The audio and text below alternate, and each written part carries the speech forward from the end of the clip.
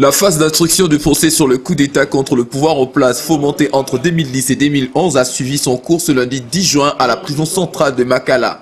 Faute de disponibilité du colonel Daniel Moukalaï, interpellé dans ce procès, ce dernier n'a pas pu être entendu puisque cité par le colonel Nzambo, ancien officier des forces armées zaïroises et actuellement officier militaire des FRDC.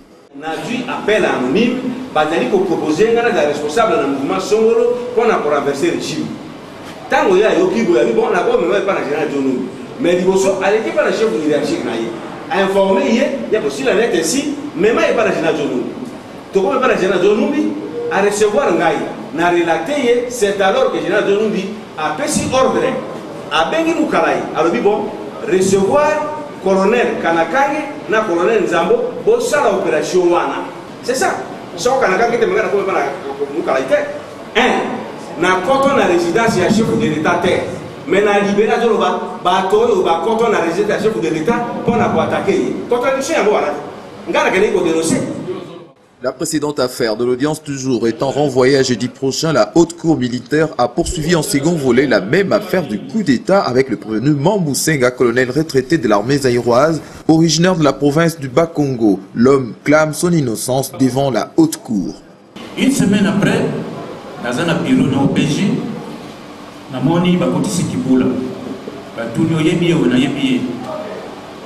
Il est responsable sur le plan spirituel, puisqu'il est responsable du mouvement et de la surveillance. La dernière question, de quoi vous avez parlé au téléphone? À l'objet exactement d'Engana Lobaki.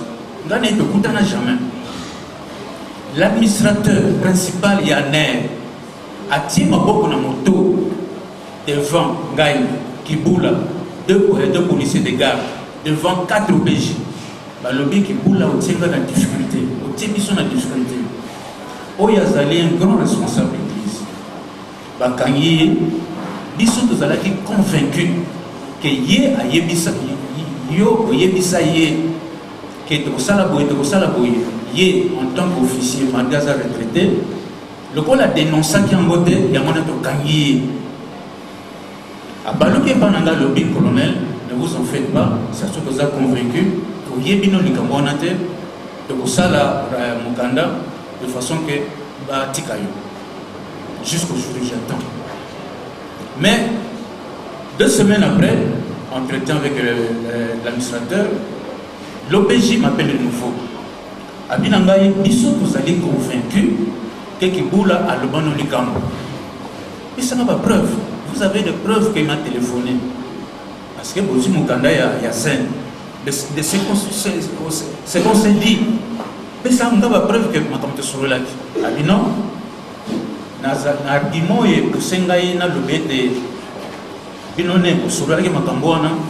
Comment expliquer que Yé Azali Ngombe Yalisala, Kombo na Yé Kiboula, Yo Zali Ngombe Yabakungo, village na Yo Kombo na Kiboula. Donc, argument wana et convaincre Ngaï Galubagino Likam.